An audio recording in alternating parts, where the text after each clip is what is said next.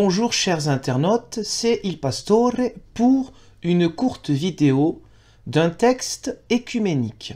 Un texte court mais très important sur le plan européen entre les églises réformées et luthériennes et certaines églises anglicanes en Angleterre, Écosse et Pays de Galles. Ce texte s'appelle l'Accord de Reuilly. Il date de 2001. Il est bien sûr la conséquence de textes très importants, notamment la Concorde de Leuenberg, qui date de 1973, qui indiquait désormais la pleine communion entre les églises luthériennes, réformées, unies, vaudoises, hussites, etc., sur le plan européen. Ensuite, il y a eu aussi des dialogues entre les églises dites protestantes traditionnelles, luthéro-réformées, et aussi la communion anglicane. Ce qui donne ce texte court que je vais vous lire. Les églises anglicanes de Grande-Bretagne et d'Irlande et les églises luthériennes et réformées de France, déclaration de Reuilly, 2001. Nous, Église de la Confession d'Augsbourg, d'Alsace et de Lorraine, donc luthérienne. Église évangélique luthérienne de France, qui depuis est devenue la partie luthérienne de l'Église protestante unie de France. L'Église réformée d'Alsace et de Lorraine, qui est la partie réformée de l'ensemble de l'Union des Églises protestantes d'Alsace et de Lorraine. Église réformée de France, qui depuis est devenue Église protestante unie de France, avec les luthériens de France. Église d'Angleterre, Église d'Irlande, Église épiscopalienne écossaise et Église du Pays de Galles. Sur la base de notre accord fondamental dans la foi, de notre compréhension commune de la nature et de la raison d'être de l'Église, et de notre convergence sur l'apostolicité, le message des apôtres jusqu'à aujourd'hui, de l'Église, et le ministère décrit dans les chapitres 2 et 4 de l'affirmation commune de Reuilly, faisons les déclarations et prenons les engagements suivants, ces déclarations et ces engagements s'appelant les uns et les autres. Petit a ou grand A, nous reconnaissons 1. Nous reconnaissons nos églises respectives comme appartenant à l'église de Jésus-Christ, une, sainte, catholique, non pas catholique romaine, qui est une église avec laquelle on travaille depuis longtemps, dans le sens universel, et apostolique, et participant authentiquement à la mission apostolique du peuple de Dieu tout entier. 2. Nous reconnaissons que dans toutes nos églises, la parole de Dieu est prêchée authentiquement et que les sacrements du baptême et de l'Eucharistie sont fidèlement administrés. Ça, c'est le rappel de la Confession d'Augsbourg, 1530, Confession de foi luthérienne.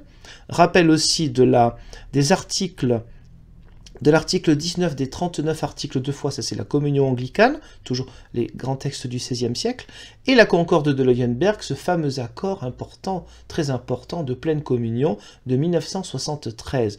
Donc là, voilà, on se reconnaît en totale égalité, l'Église est autant présente chez les autres que chez nous, quoi. Nous reconnaissons que toutes nos églises partagent la confession de foi, la confession commune de la foi apostolique, les grands credos, quelles que soient leurs interprétations, nous avons les mêmes. 4. Nous reconnaissons que nos ministères ordonnés respectifs sont donnés par Dieu comme des instruments de grâce en vue de la proclamation de la parole et de la célébration des sacrements.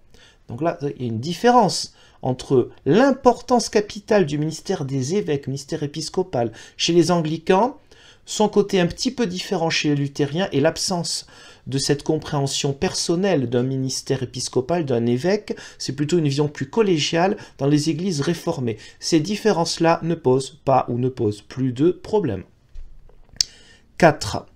Nous reconnaissons que nos ministères ordonnés respectifs possèdent non seulement la vocation intérieure de l'Esprit, mais aussi le mandat du Christ par l'intermédiaire de l'Église, et nous attendons le jour où l'unité toujours plus visible de nos églises rendra possible l'interchangeabilité de nos ministères. Oui, parce que c'est en 2001, depuis les choses ont encore avancé, mais à l'époque c'était possible entre luthériens et réformés, mais pas encore un pasteur luthérien ou réformé qui va dans l'église anglicane. C'est encore un peu compliqué à gérer pour être pasteur révérend dans une église anglicane. C'était en 2001. Numéro 6. Nous reconnaissons qu'une vigilance pastorale personnelle, collégiale et communautaire, le sens de l'épiscopé, est incarnée et exercée dans toutes nos églises, dans des formes variées, ce que je vous ai dit tout à l'heure, comme un signe visible qui exprime et sert l'unité de l'Église et la continuité dans la vie, la mission et le ministère apostolique. C'est-à-dire que quelles que soient nos interprétations différentes sur ce qu'est le ministère épiscopal, personnel ou collégial, cela n'empêche pas de nous reconnaître pleinement comme frères et sœurs et de reconnaître bien que finalement nous sommes dans la continuité de cette diversité qui pouvait être comprise à l'époque du Nouveau Testament. B. Nous nous engageons. Nous nous engageons à partager une vie et une mission communes. Nous ferons tout pour resserrer notre communion dans tous les domaines possibles de la vie chrétienne et du témoignage, de telle manière que tous les membres de nos communautés puissent progresser ensemble sur la voie de la pleine unité visible. Nous nous accordons sur les prochaines étapes que voici. Chercher des moyens appropriés pour partager une vie commune de mission et de service. Prier les uns avec les autres et les uns pour les autres. Œuvrer en vue du partage des ressources spirituelles et humaines. Car évidemment, chaque tradition luthérienne, réformée et anglicane en a beaucoup de richesses spirituelles, des écrits importants, des témoignages de foi depuis 500 ans. Accueillir les membres de nos églises respectives à la célébration des cultes et des sacrements et les faire bénéficier de leurs services pastoraux. Vous voyez, plus d'unité concrète aussi sur le plan pastoral, et donc aussi un peu institutionnel quand même. Accueillir les membres dans la vie des communautés locales de nos églises respectives, encourager des cultes communs. Quand un culte avec Sainte Seine est jugé approprié, il peut dépasser une simple hospitalité eucharistique offerte à des individus. C'est-à-dire c'est pas simplement « Ah tiens, on a des anglicans qui sont là, venez à la Sainte Seine ». Ça on le fait déjà, on invite tous les chrétiens. C'est-à-dire tiens, et si on célébrait vraiment ensemble la Sainte Seine.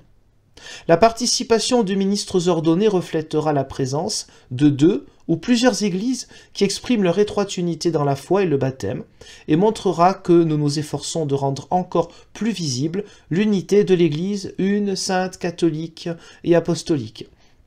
Toutefois, une telle participation ne signifie pas pour autant la pleine interchangeabilité des ministères. Vous voyez, c'était le petit point qui accrochait encore à l'époque en 2001, qui était avancé. La célébration se fera selon la liturgie de l'Église à laquelle appartient le ministre-président à la scène. Effectivement, si vous êtes dans une église ou un temple réformé, ce sera selon la liturgie réformée. Ou si vous êtes dans l'église luthérienne, dans la liturgie luthérienne. Mais ça n'empêche pas de le faire ensemble. Ce dernier prononcera la prière eucharistique, un moment important donc de la liturgie, du moment de la célébration. Encourager les ministres ordonnés de nos églises à servir dans d'autres églises, en accord avec la discipline des églises concernées et dans les limites du présent accord. C'est-à-dire que, on peut aller faire un tour, même s'il n'y avait pas encore interchangeabilité totale des ministères, pendant quelques années ou quelques mois, avec un accord, un pasteur de l'église réformée va faire un tour dans l'église anglicane, en Angleterre ou en Écosse, au pays de Galles. Évidemment, il ne va pas arriver avec sa liturgie, déjà, il y a la question de la langue, mais sa liturgie réformée. Ici, c'est la liturgie anglicane, c'est une manière de célébrer le culte à l'anglicane, donc il ne va pas dire, moi je viens avec mes propres habitudes. Il va faire selon la liturgie anglicane, ce qui est logique, c'est le moindre des respects. Poursuivre les entretiens théologiques entre nos églises, en vue de résoudre les problèmes empêchant encore une communion plus entière. Le mot « plus entière », c'est un peu particulier, mais ça montre que on touche quand même à quasiment tout est terminé au niveau de la totale reconnaissance de nos églises, soit de manière bilatérale, soit dans un cadre européen et œcuménique plus vaste. Œuvrer en vue de relations plus étroites entre nous dans des situations de diaspora, c'est-à-dire là où les chrétiens de ces églises sont dispersés dans des pays peut-être à majorité catholique ou d'autres religions. Encourager les visites œcuméniques, les jumelages et les échanges. Établir un groupe de contact pour promouvoir les progrès de notre communion, mettre au point des formes de consultation régulières sur des questions importantes et coordonner la mise en œuvre de cet accord. Donc voilà, un texte court, assez direct, qui montre que, c'était en 2001, C'est quasiment fait, pour caricaturer, l'union, pas l'union totale, on n'a pas fusionné les églises, quoique depuis les églises réformées luthériennes, elles se sont unies. Mais une unité, une union extrêmement forte entre luthéro-réformés et anglicans, du côté britannique.